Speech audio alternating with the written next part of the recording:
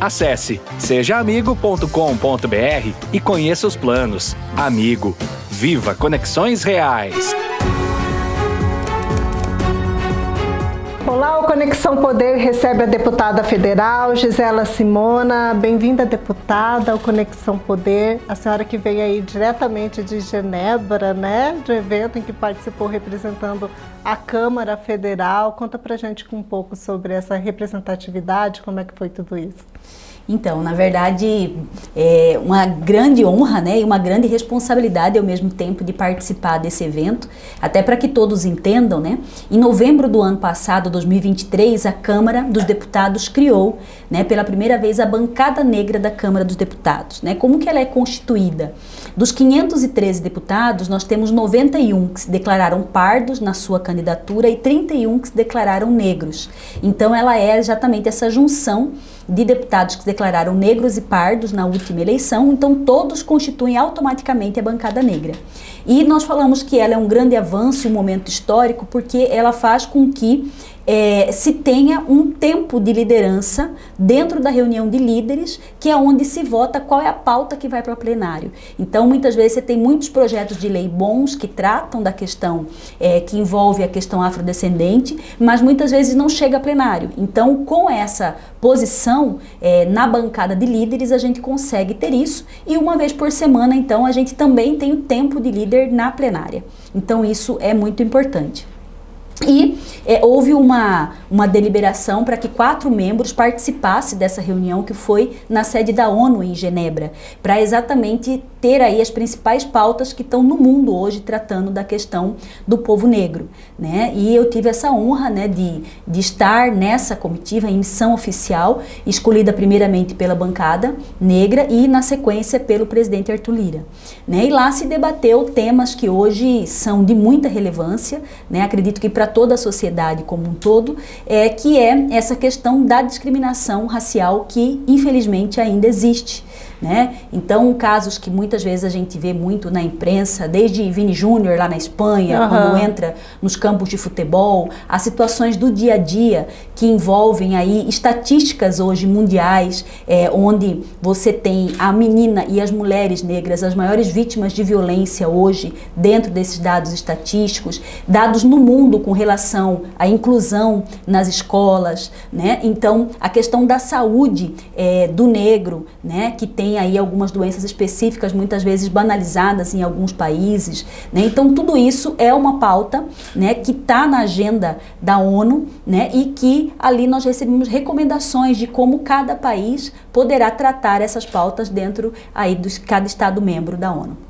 Aproveitando esse tema, deputada, a senhora já sofreu racismo como deputada? Então, ali, já sentiu racismo ali como deputada? O racismo propriamente dito, vamos colocar assim, não nada que eu possa dizer que foi pela cor.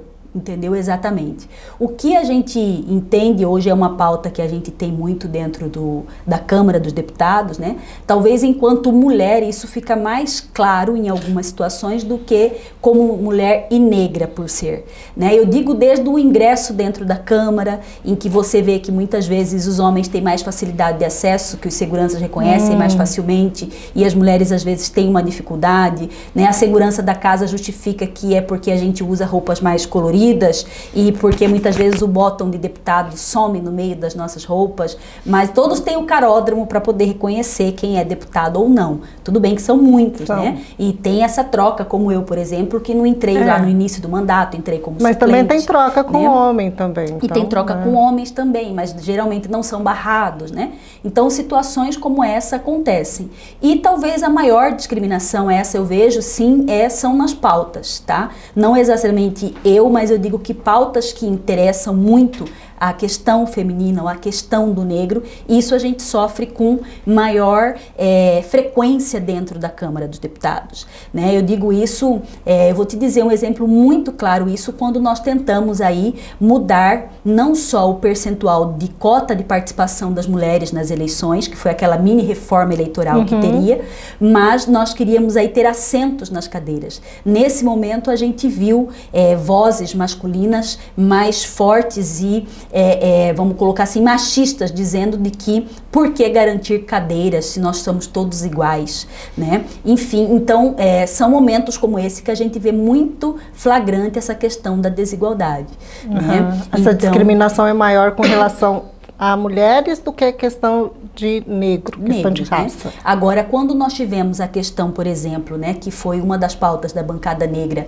o dia 20 de novembro se tornar aí um feriado nacional. Nós já tínhamos 6 estados da federação, né? Nós tivemos muitas falas racistas no plenário com relação a ter um feriado, né? Algumas mais do ponto de vista econômico, sim, porque é mais um feriado em tese no Brasil, que todos nós aí estamos contra, né, essa quantidade de feriados de maneira geral, mas se você ver o significado, né, do dia 20 de novembro, que é o Dia da Consciência Negra, em que os maiores estados da federação já têm essa data, né, nós, pela simbologia dela para o Brasil e para o mundo, né, na verdade ela tem muito mais valor ao nosso ver do que alguns outros feriados que se tem, né? E houve um questionamento muito forte da necessidade de ter esse dia. Então ali claramente eu vi um flagrante racismo, mas eu digo em termos ampliados, que não era diretamente para a Gisela, né, mas para o povo negro como um todo. E pautar, né, a questão de, eu sei que são temas polêmicos, mas que tem muito a ver com a luta dos negros no Brasil, políticas afirmativas, como a política de cotas, são temas polêmicos e são muito difíceis de conseguir chegar em plenário para votação. Na Câmara, a senhora faz parte de algumas comissões. A Comissão do Consumidor, que já é sua praia, a dos Direitos da Mulher, da Constituição e Justiça, que é considerada mais importante. Quais são as próximas análises que a senhora acha que vai merecer mais atenção por agora? A CCJ, ela tem sido bastante polêmica aí, né?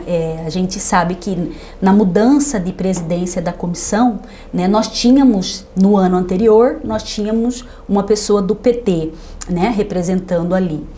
Agora nós temos uma pessoa do PL sentada na mesa.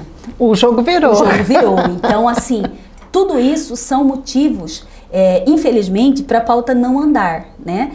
Antes a gente tinha a direita segurando a pauta, agora a gente tem a esquerda segurando a pauta, né? Então, assim, isso é muito ruim para o parlamento como um todo, né? Mas, assim, as pautas hoje que estão muito fortes ali são com relação à regulamentação de algumas profissões, alguns direitos, essa questão que nós estamos vendo dos motoristas de aplicativo, né? Nós temos aí situações envolvendo lá motoristas de ambulância do Brasil todo também, que está na pauta, né? Regulamentações como a questão da podologia, né? Então, o regulamento de profissões é algo que é bastante crítico na CCJ e, na verdade, tudo para lá, né? Então, assim, desde pautas, né, ambientais, etc. Em tese, a CCJ não analisa mérito, mas a CCJ passa tudo por lá. Né? A gente analisa a constitucionalidade, a juridicidade de um projeto de lei, mas acaba sendo a discussão do mérito ali, né? E nessas últimas semanas a gente ficou muito envolvido com a questão da manutenção ou não da prisão do Chiquinho Brazão, né? Que foi pauta na CCJ primeiro, aí teve pedido de vista na CCJ e depois na sequência tivemos aí a votação interna para depois ter a votação em plenário. Aproveitando que a senhora tocou nesse assunto, você votou a favor da prisão dele, para se manter a prisão, né? Exato. Vários outros deputados da nossa bancada votaram contra, inclusive até o Coronel Assis, que também é do União. A União liberou os deputados para votarem como quisessem, né? Porque na justificativa deles, essa prisão seria inconstitucional e abriria um precedente para que outros deputados pudessem vir a ser presos futuramente, sem ter uma justificativa constitucional, conforme eles colocaram ali, né? A senhora votou para dar, digamos assim, acreditando que possa haver esse precedente, mas queria se votar mesmo para que houvesse ali um exemplo, que seguisse um exemplo de punição a esse ex-deputado, ou a senhora descarta que haja esse risco que possa haver esse precedente? Não, eu acredito o seguinte, né? Primeiro que obstrução de justiça é algo que é grave, né? E que isso tem que ser evitado, né? O Chiquinho Brazão solto poderia ser sim um empecilho para a descoberta da verdade real, né, dessa suspeita que ele é o assassino aí, um dos assassinos, né, o mandante da morte da Marielle. E eu vejo o seguinte, o STF tem tido inúmeras atitudes inconstitucionais, né, que afrontam o próprio papel da Câmara dos Deputados, do Congresso Nacional como um todo, e que a casa toda pode se mobilizar a qualquer momento para agir em desfavor disso. E agir naquele momento, especificamente na questão do Chiquinho Brazão, eu entendi que poderia ser um oportunismo, um corporativismo da nossa parte em fazer isso. É grave o precedente? É grave o precedente, sim. Não só para esse caso, como todos os outros. A gente viu pautas roubadas aí do Congresso, desde o aborto, desde as drogas e todas as outras, e não houve esse levante, né, do próprio Congresso Nacional como um todo. Então, eu penso que casos graves também você tem que ter posicionamentos contundentes, né? E o Chiquinho Brazão, essa questão, ele exigia de nós um posicionamento contundente. Então, não quis deixar de ser coerente, né, naquilo que eu acredito quando a gente fala da violência contra a mulher, independentemente de quem seja, né, que tem que sermos rigorosos, né, exemplares aí na punição, para que você não dê essa margem da impunidade, né, e nós temos que começar dando exemplo, né. Então eu acredito que por isso que não era possível, dentro da minha coerência como política, daquilo que eu prego, votar aí a favor da soltura do Chiquinho Brazão. A gente tem recebido alguns parlamentares aqui que colocam que, digamos assim, deixa eu traduzir aqui o que eles teriam dito, que o legislativo estaria, digamos, de joelhos para o judiciário, já não reagia mais, já não reage mais.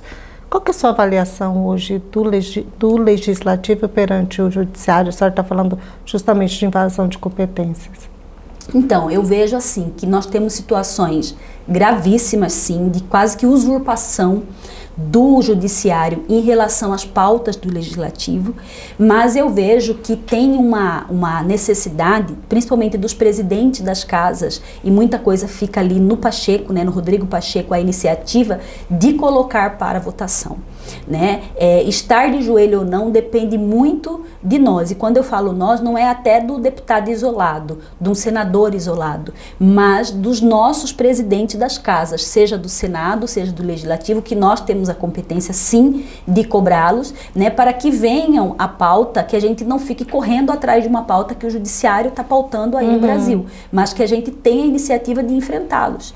Só para você ter uma ideia, vai fazer praticamente aí 1 ano que eu estou ali, desde o início da substituição do Fábio Garcia, e nós temos tido reiteradamente votações só de regime de urgência, projetos que passam pelas comissões, que vêm de uma votação em que o projeto é discutido e etc, não está chegando na plenária. Só chega goela abaixo. Só chega goela abaixo, uma pauta que você fica sabendo, às vezes na hora da sessão, 30 minutos antes, 1 hora antes da sessão, o que nos inviabiliza, inclusive, de estudar melhor o projeto de lei, né? E isso é muito ruim para nós, ruim para o Brasil, né? Que acaba não tendo uma pauta que atenda realmente aos anseios e à necessidade da população.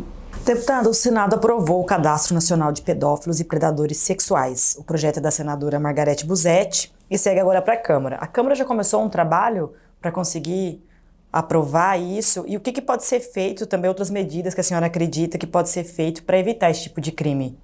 Então, na verdade está mais, porque nós tivemos 2 momentos aí importantes da senadora Margarete. Um foi aquele pacote antifeminicídio, esse está um pouco mais avançado, porque esse saiu do Senado no final do ano passado, lá na Câmara ele já passou pela Comissão da Mulher, mas também a gente trabalha numa outra vertente que foi a coleta da assinatura de todos os líderes para que ele venha para regime de urgência. Então falta somente vir a plenário esse projeto. E o cadastro de pedófilo foi agora, nessa última semana, né, que se aprovou, então ele ainda nem está disponibilizado para a Câmara, então essa semana a gente deve trabalhar nesse sentido, né.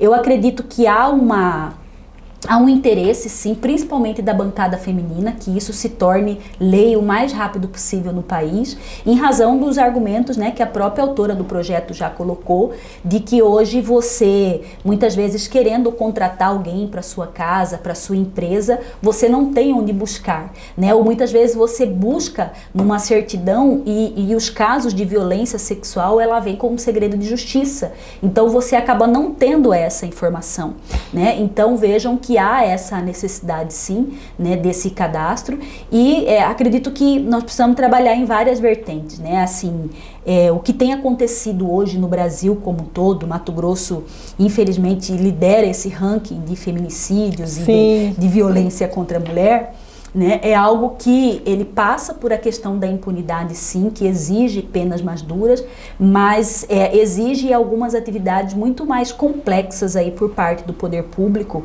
porque você vê que a grande maioria desses crimes tem acontecido também por agressores que são pessoas que convivem com a vítima, são pessoas que foram casados aí durante anos, né, pais dos mesmos filhos. Então é algo que está muito aí culturalmente absorvido aí pela nossa sociedade como um todo, do que algo que só depende de pena. A pena é um dos caminhos, né? Mas mais do que isso precisa ser feito no Brasil.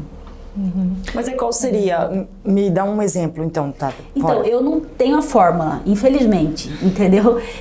Mas algo que passa também pela questão educacional, né? Que é a célula de tudo, porque é isso, você vê algo na educação, né? Isso, claro, tem que sair das famílias, quem educa as nossas crianças tem que ser as famílias primeiramente, mas esse nosso crescimento, quando você começa a assistir, muitas vezes dentro da família, né, pequenos gestos na criação que já distinguem, que vão pregando essa desigualdade do que homens e mulheres podem fazer, isso é muito ruim, né, para a sociedade que nós queremos. Aproveitando aí sobre o que vem do Senado para a Câmara agora, tem a questão da criminalização do porte e posse de drogas, né? Que foi aprovado lá, seguiu para a Câmara. Como é que você avalia que está esse clima na Câmara para o julgamento, para avaliação dessa matéria? E como é que vota, Gisela? Então, na verdade, eu acredito que na Câmara vai ser um pouco mais polêmico esse assunto, né? A Câmara por si só ela tem essa característica, né, que enquanto no Senado em tese tem representante dos estados, na Câmara são mais vozes, são né? mais vozes, né? Mais discussão. E você tem uma polarização muito forte ali. Eu particularmente sou a favor da criminalização, né, das drogas. Acredito que não dá para liberar nem o porte nem a posse das drogas, né? Fui advogada por um tempo aqui em Mato Grosso na área criminal, principalmente naquela região de Cáceres ali. Então a gente sabe que ter essas brechas aí que possam facilitar é perder o controle total dessa questão das drogas, né? Mas eu acredito que vai ter uma resistência muito forte dentro da Câmara para passar esse tema. Embora eu acredito que a grande maioria sim vai votar pela criminalização, né? A pauta vai ser quente. Vai ser muito quente, não é fácil. Ali acompanharemos, né, Fernanda? Sim. Outra coisa que eu acho que vai esquentar por lá vai ser a questão dos vetos, na questão da saidinha. Essa quinta, né, na verdade, no dia 25, agora já tá marcada uma agenda, uma sessão do Congresso Nacional, a sessão do Congresso Nacional, que já é para derrubada de alguns vetos. Acredito que não entra da saidinha ainda, que foi mais recente, né, o veto do presidente da República, mas alguns vetos que foram feitos aí já estarão em pauta, que também, desde a questão orçamentária, que está toda essa polêmica aí que vocês estão acompanhando, já era para ter liberado as emendas do ano passado, até março, porque os prefeitos estão indo para a reeleição, os vereadores. Tem muita gente na bronca. Tem muita gente na bronca, então é uma pauta que...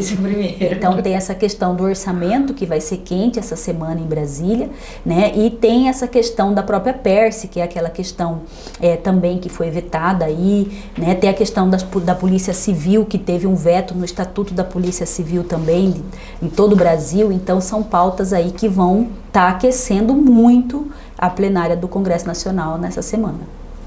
A gente tem acompanhado que estava com toda essa discussão aí as críticas feitas pelo Elon Musk, relatando censura, apontando que havia censura no Brasil e a censura feita pelo ministro Alexandre de Moraes e tal, a gente viu que voltou à tona aquela discussão da CPI da Lava Toga, né, para investigar possíveis abusos do judiciário. A senhora acha que ela vai emplacar, ela entra ou essa é uma pauta que nasceu morta?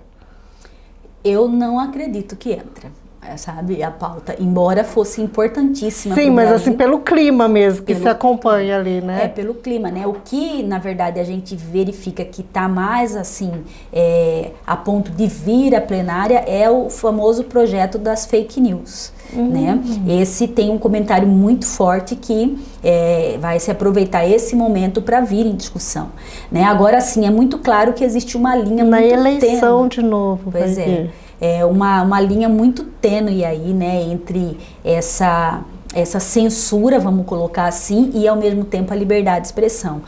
A gente sabe que a internet não pode ser aquela terra de ninguém, onde se pode fazer tudo, mas ao mesmo tempo se tenta aproveitar isso para se colocar essa censura que nós não queremos no Brasil. Imagina jornalista. Então. Porque de repente você some das redes sociais, você é apagado, né? Eliminado. Inacreditável, né, que isso aconteça. Colocar uma postagem ali, pá, sumiu, tipo, não passou por nenhum julgamento nem nada. Mas o mandou derrubar. Mas aí realmente aí é censura, né? Aí é censura, aí é com censura. certeza, com e é certeza, isso que estava ocorrendo, é né? isso que estava ocorrendo. Essa é a reclamação. Né? E que muitos os que, né, se dizem contra, né, o projeto aí da fake news também alertam, né, para essa questão de nós termos ali posicionamentos de censura, inclusive nisso. Né? Mas ainda não saiu a pauta da CCJ nem a do plenário, porque isso a gente corre um grande risco, e esse sempre o meu receio, desses projetos eles virem direto para plenário. Né? Porque aí é isso, ele não passa por uma discussão dentro da Comissão de Constituição e Justiça. Naquele modelo goela abaixo. Exatamente. E aí muitas vezes pega muita gente desprevenida, né, sem estudar o que está ali nas entrelinhas dos projetos. Recentemente tem sido abordado a ideia de endurecer um pouco as leis. O governador Mauro Mendes tem falado muito sobre isso, que as leis são frouxas, que precisa endurecer mais. Inclusive ele tem dito sobre a necessidade do Estado poder legislar, em vez de ficar tudo em Brasília. Eu queria saber da senhora, esse seria o caminho? Será que tem ambiente favorável para isso, para que seja aprovada uma decisão dessa, uma medida dessa? Então, a minha única preocupação nisso tudo é um pouco com... a gente aproveita os momentos, às vezes, do governo que a gente tem, né? Então, por exemplo, se fosse hoje o momento, eu diria não, é muito melhor a gente ter um governador estilo Mauro Mendes no comando das leis penais do nosso estado do que talvez o governo Lula. Mas pode ter um momento que seja inverso, né? E você tenha 2 pesos e 2 medidas dependendo do estado que você está. Então, essa quando você tem a Constituição Federal, na verdade, disciplinando as leis penais como matéria, né, de âmbito nacional, então você tenta dar essa igualdade, né? Então, assim, algumas situações hoje no Brasil, na verdade, elas dependem de uma nova Constituinte. Né? Então, quando você vê alguns discursos colocando desde a situação do Estado poder legislar, né, na lei penal, de você ter a possibilidade de, seja da prisão perpétua ou da prisão de morte, né, ou você ter a situação de maioridade penal, alguns assuntos nesse sentido, eles vão muito além de você alterar uma lei infraconstitucional, né? Ela exige uma nova constituinte, então teria que ter essa formação. Hoje não vejo esse perfil dentro da Câmara, né? Posso estar enganada, mas eu não consigo ver essa unidade, né, de ter esse ambiente para essa nova constituinte. Então, alguns temas, entendo a posição de quem solicita, mas assim, não vejo aplicável de imediato ou de médio prazo, né? Ainda nesse assunto, né, sobre essas discussões aí de mudanças em leis e leis mais severas, a gente até comentou quando a senhora chegou aqui sobre os casos mais chocantes que a gente teve agora recentemente, entre eles a questão dos assassinatos dos motoristas de aplicativo aqui em Cuiabá, né, em Várzea Grande, que abriu aí uma discussão, retomou, na verdade, né, não abriu, essa discussão sobre redução de maioridade penal, porque Os assassinos ali, 2 deles são menores de idade, né? Eles declararam, né, que estavam assassinando, continuaram assassinando por prazer, né? Inclusive o maior de idade também já tinha, quando era menor, assassinou um casal de idosos também, estava agora de novo envolvido nos assassinatos. Então, e a discussão que se há sobre essa redução de maioridade penal e também de uma punição mais severa aos menores, uma internação mais severa, é justamente também o prazo, né? Eles ficam ali no máximo 3 anos internados e voltam à rua, convívio, né? Voltam ao convívio e não voltam recuperados, né? Porque tem casos que a gente vê que assim, dificilmente se recupera alguns casos. As estruturas do Estado também não são adequadas, né? Muitas vezes. Realmente é uma situação muito grave, esse limite de internação é algo muito ruim, que eu vejo, né? E, na verdade, de novo, assim, o que eu acredito é que quando se pratica um crime, né? Não é nem crime que a lei fala, né? De ato infracional. A gente não pode nem falar crime, né? Então, quando pratica esse ato infracional nessa fase da vida, juntamente com a privação de liberdade, você deveria também ter outras medidas educacionais para se tentar realmente recuperar esse cidadão, né? E na prática o que a gente vê é que são esses 2, 3 anos de privação de liberdade que não recupera nada, exatamente porque a pessoa fica solta ali, né? Então o Brasil ele precisa sim mudar. A gente já viu que não deu certo, né? Essa questão, seja da questão da idade ou do tipo de internação que se tem, e a gente já viu também que é um outro fato que sempre volta à tona, é que quando essa pessoa ela tem problemas psiquiátricos, por exemplo, também. Porque a gente fica até com receio de falar que é problema, porque aí já solta, né? Porque como o país não tem um local para você internar essas pessoas, manicômios adequados para ficar essas pessoas internadas ali, você acaba com esse argumento soltando, né? Isso. Porque você não tem um estabelecimento adequado. Então você vê que são falhas, né, dentro do próprio Estado, de acordo com a lei de execução penal, que não é cumprida na sua integralidade, que acabam, de certa forma, favorecendo a impunidade. Né? Então, acredito que precisamos sim pensar, né? E aí não sou especialista na área para dizer qual que seria a idade adequada ou não, né? Mas sei dizer que o modelo que hoje está não funciona e que tem que ser revisto. Há um projeto, acho que é da Buzet também, né? Que é aumentar para 6 anos. Aumenta para 6 anos o projeto da Buzet. Tempo de internação. Mas você acha que tem ambiente político para se mexer nisso? Ou o que você percebe é que preferem não mexer, deixar como está? Eu vejo temas muito polêmicos, de novo, que teriam grandes discussões, mas eu acredito que tem que se Alguém tem que meter o dedo. Tem que meter o dedo. Que é isso, porque daqui a pouco, se não, é isso, é o STF que vai estar ali na pauta deles e eles vão decidir por nós. E nós somos representantes do povo. É muito melhor que você tenha uma pauta polêmica, que entre abraços e tapas ali você resolva uma questão, mas se discuta o tema, né, os prós e contras, se ouça especialistas a respeito e se tenha uma posição atualizada no Brasil, do que ficar nisso que nós estamos, porque é polêmico, porque não atende os interesses de todos, então fica do jeito que tá todo mundo vendo que não dá certo, né? E a impunidade correndo solta aos nossos olhos aí. Pode acontecer como aconteceu com o aborto, então, que é um tema que demorou anos para ser discutido e foi discutido agora lá no STF. A senhora acha que pode acontecer? Exatamente, né? Porque aí é isso, a gente fala de usurpação de competência, mas é uma omissão também das casas legislativas. Tomara que a gente veja essa discussão sendo levantada aí logo no legislativo, né? Para não... Pelo menos aqui a gente vê bastante caso de menores envolvidos em crimes assim.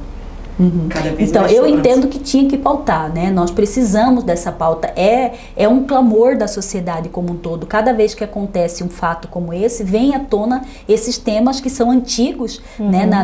Na mesa de discussão, e que você fala, mas a lei não faz isso, mas a lei, né? Então aí fica essa acusação em cima da legislação. E algo que também, é claro, tem boa parte de responsabilidade do legislativo, mas assim, em alguns momentos, a atitude do judiciário judiciário, enquanto julgador dos casos concretos, também nos deixa assustadíssimos, né? Porque você vê solturas que não deveriam acontecer, você vê penas muito pequenas sendo aplicadas, sendo que poderia ser maior, né? Então são situações também do aplicador da norma que muitas vezes nos deixa numa situação de vulnerabilidade muito grande. A gente teve um caso, né, Márcia, da 420 quilos de droga, do juiz. Sim, que ele foi solto. A Fernanda foi especialista nessa decisão, que ela leu ela várias vezes. Que o juiz soltou, eram dois homens com 420 quilos de droga. Absurdo. Mas a justificativa do juiz era que eles moravam na divisa, então eles eram pobres. Então ficou claro que eles só fizeram isso porque eles eram mulas, eles precisavam de dinheiro. E sendo que um já era foragido. Mas mula carrega 420 quilos? Um era foragido, o juiz forte. não viu. Ele não viu que o cara era foragido. Absurdo. Eu fiquei chocada. Ele quis defender que eram pobres, mas também foi bem preconceituoso a decisão dele. Quer dizer que quem mora ali na divisa... Pode. Pode, porque é pobre, pode traficar. É complicado. É complicado, realmente, essa avaliação precisa ser... Revisto, né? Precisa ser É isso que eu revista. digo. Tanto essa questão das penas, mas em muitos casos é a atitude do julgador que nos causa estranheza. Pois é. Aproveitando aqui sua presença, Gisela, vamos comentar um caroço difícil de engolir que a gente viu aí recentemente, que é o aumento do DPVAT, né? Essa parece que foi uma das pautas que chegou lá goela abaixo também, e como cheque em branco, né? Como é que ficou isso? É um tapa na cara do contribuinte, né? Porque isso passou como cheque em branco também. Foi algo que também veio para o regime de urgência, né? Eu votei tanto contra o regime de urgência, exatamente porque não teve essa discussão. A gente via ali um verdadeiro cheque em branco, porque a gente não sabe quanto que vai cobrar do cidadão, né? Exatamente isso. E a gente tem uma situação complicada porque você vê a Caixa Econômica também colocada como o agente aí que vai fazer o comando disso, né? E na prática, né, eu que trabalhei muitos anos no PROCON, embora não seja... você tem uma relação aí quase que é uma relação de contribuinte ali, mas o que na prática você tem? É esse consumidor o cidadão, perdão, que sofre um acidente e aí na hora que ele precisa com urgência daquele valor para ele cobrir a medicação, que ele precisa cobrir um exame que ele não está conseguindo pelo SUS ou alguma coisa nesse sentido, ele tem um tempo enorme para isso ser processado, né, e que ele acaba ficando sem assistência, ele tem que conseguir dinheiro de algum lugar e depois até ser reembolsado, mas ele não consegue de imediato conseguir, né? E deixar na mão da Caixa Econômica também é um outro problema, né? Diante das várias competências que a Caixa Econômica Federal já tem. Então, enfim, é algo que realmente veio de cima para baixo e aí o governo, de uma forma estranha, deixou acabar todo o recurso que tinha, porque é óbvio que o fundo que estava sendo usado, ele sabia exatamente quanto tempo poderia durar, mas ele veio com o regime de urgência exatamente porque o recurso que se tinha extinguido. E então precisava se aprovar com urgência para poder continuar a reparação, né, a indenização daqueles que estavam sofrendo acidente de trânsito no nosso país. Então, realmente é algo muito ruim. Infelizmente, aí fomos vencidos no voto. Essa cobrança tinha deixado de ser feita porque o governo passado tinha colocado que tinha excesso até de arrecadação, né? E a gente viu que alguns parlamentares colocaram, até criticaram que isso é só por sanha de arrecadar mesmo. A gente tem tido muitas medidas nesse governo que vem com esse objetivo de aumentar a arrecadação.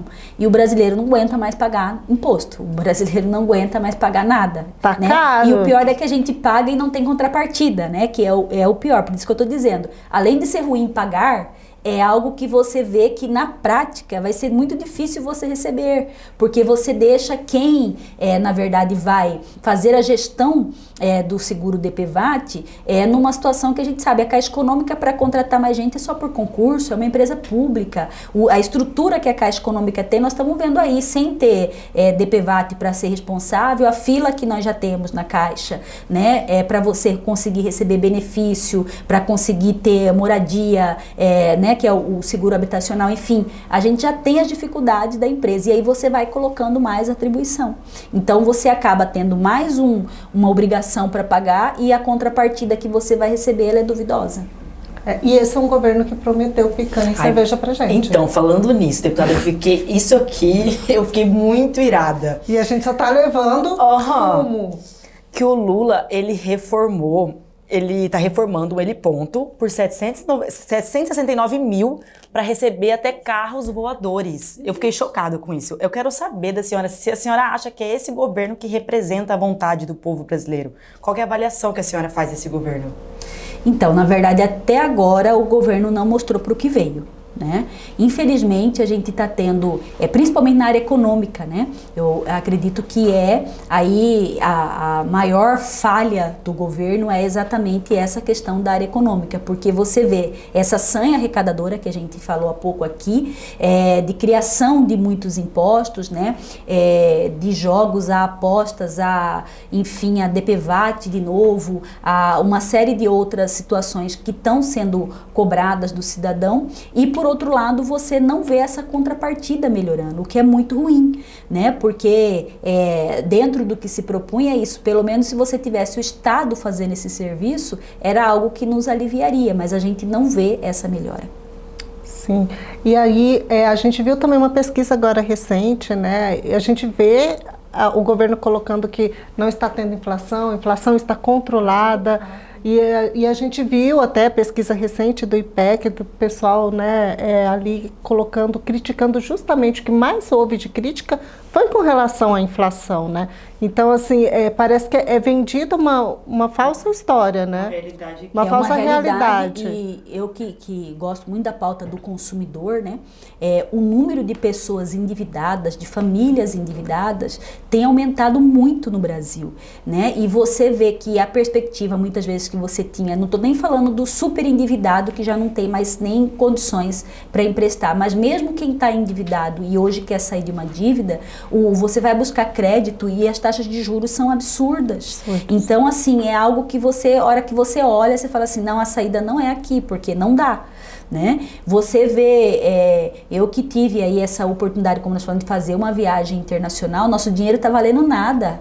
Entendeu? Não tá valendo nada. A Gisela estava chocada com o preço da água. Então eu falei, meu Deus, para me comprar uma água, eu fiquei ali parada na frente Quantos do cidadão. reais que era uma aguinha? Então, era 6 euros suíço. 1 euro suíço tá 6,30.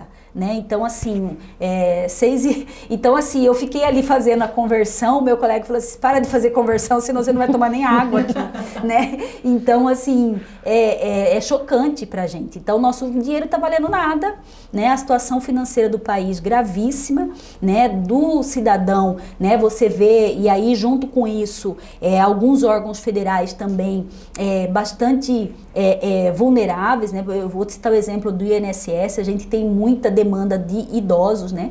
As pessoas idosas, a gente sabe que ali o poder de compra cada vez reduzido mais, numa fase da vida em que você precisa de medicamentos, tudo subindo. Fase mais né? delicada, Plano né? de saúde já não dá mais para ter, a maioria dos idosos já não tem horrível. mais. Então, é uma situação caótica mesmo para o Brasil. Né? E é um alerta que a todo momento se faz dessa situação econômica, né? Para onde vamos caminhar nesse contexto tão frágil que nós estamos. E foi a bandeira levantada por ele, né?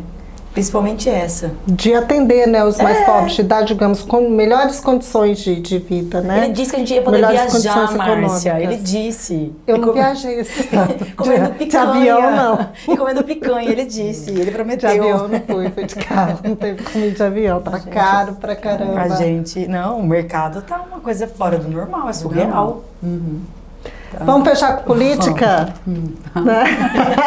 Tava muito suave, não tava, Fernanda? Só Tava muito suave. Imagina. A senhora assumiu a presidência do União Brasil aqui em Mato Grosso e a gente até brincou com a senhora quando a senhora chegou. A senhora assumiu a União num momento ali de desunião, né? Que a gente tinha aquela disputa entre o Fábio Garcia e o Botelho para saber quem seria o candidato do partido.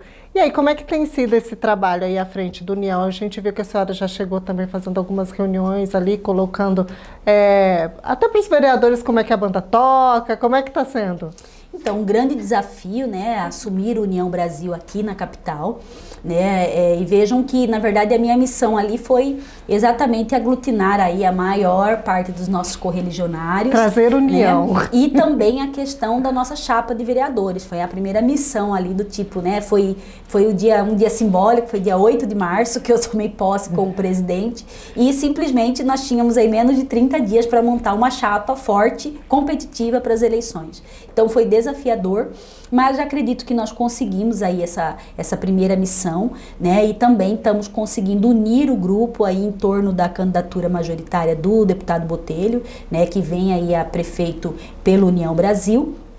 Fizemos uma chapa, sabemos que é obrigatório 28 nomes, nós temos hoje uma chapa de pré-candidatos com 40 nomes que estão postos, né, 40 nomes competitivos que estão disputando entre si para poderem aí na convenção passar os 28, e hoje União Brasil em Cuiabá é a maior bancada da Câmara de Vereadores, o que é muito salutar, né, e fechando questão em alguns pontos, né, como você mencionou aqui das nossas reuniões, entendemos que ter 4 vereadores hoje significa algo muito positivo para a gestão do município, e para isso nós precisávamos também ter uma uniformidade, né, nos votos. Então a gente hoje tem uma líder designada, né, que é a Michele Alencar, que ficou como líder do partido na Câmara, né, fechamos questão com relação à comissão processante, que não tendo provas em contrário, né, União Brasil vai votar pela cassação do prefeito Emanuel Pinheiro, e também fechamos questão em acompanhar o parecer do Tribunal de Contas no que se refere à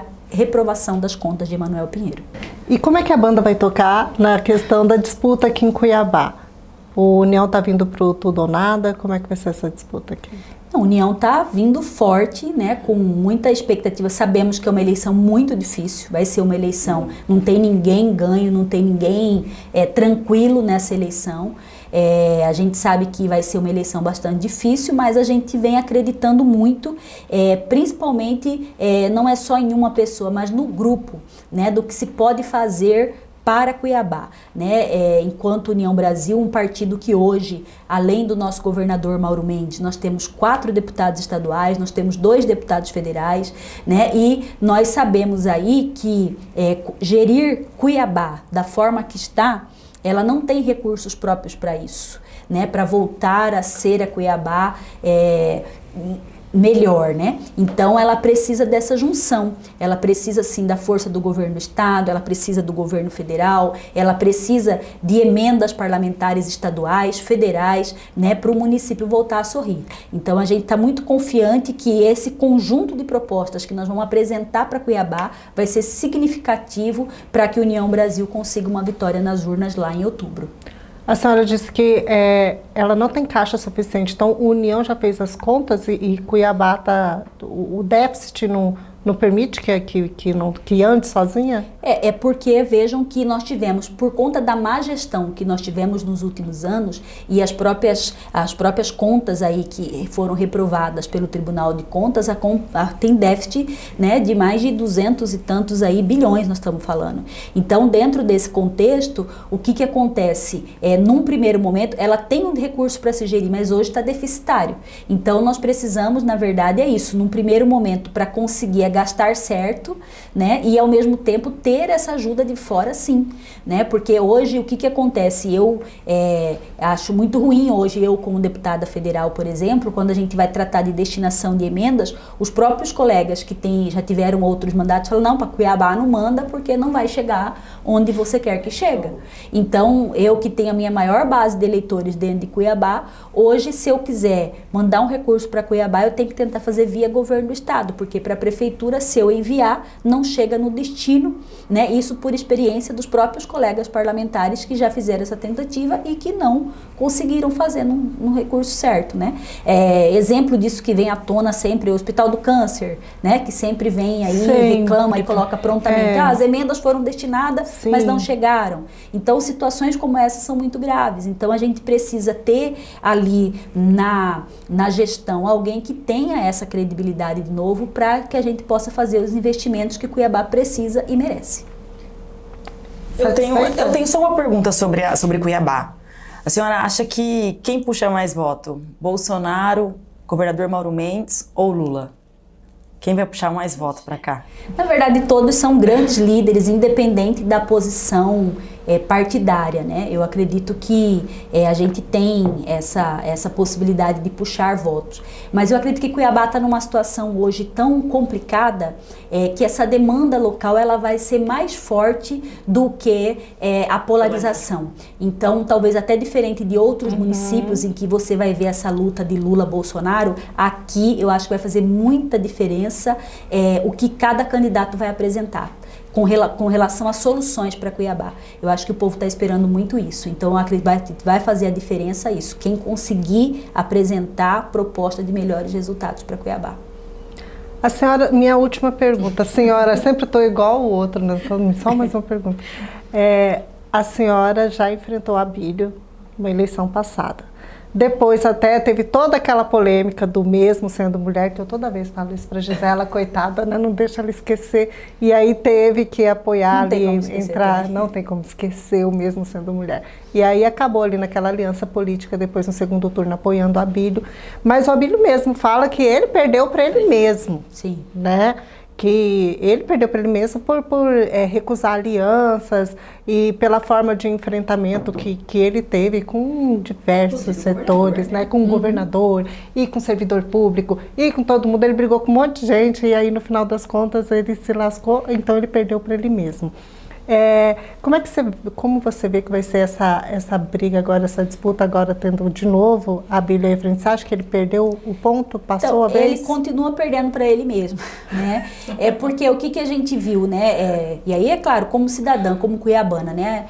Todo mundo ficou imaginando, a vinda de Bolsonaro aqui, né? Vai dar um boom na campanha do Abílio, vai ser. Foi o dia, na semana seguinte, ele já começou a causar confusão de novo, né? Seja pela questão do voto no parlamento, que foi o caso do Chiquinho Brazão, que eu achei que teve que justificar demais para poder dar da votação que ele fez e não colou, né? Como se diz. Você teve a própria situação, muitas vezes, de demonstrar falta de articulação com outros poderes, né? Porque hoje o Abílio, como deputado federal, ele tem condições de acionar o próprio Estado em algumas situações de forma, como é que eu posso dizer, institucional para resolver problemas e não continuar fazendo vídeo fakes do jeito que ele tem feito. Aquela questão da Santa Casa. Da Santa Casa, né? Então são situações como essa que você vê que a maturidade ainda não é suficiente. Nossa, bilices não param. Você viu essa? Essa foi dura.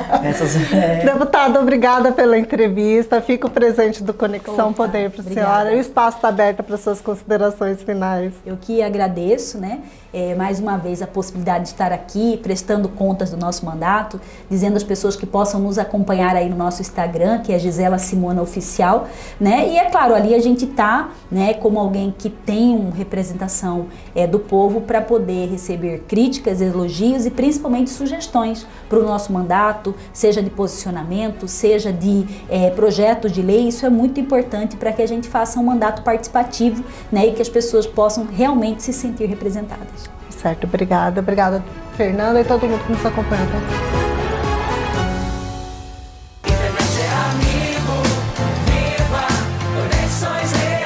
Acesse sejaamigo.com.br e conheça os planos. Amigo, viva Conexões Reais!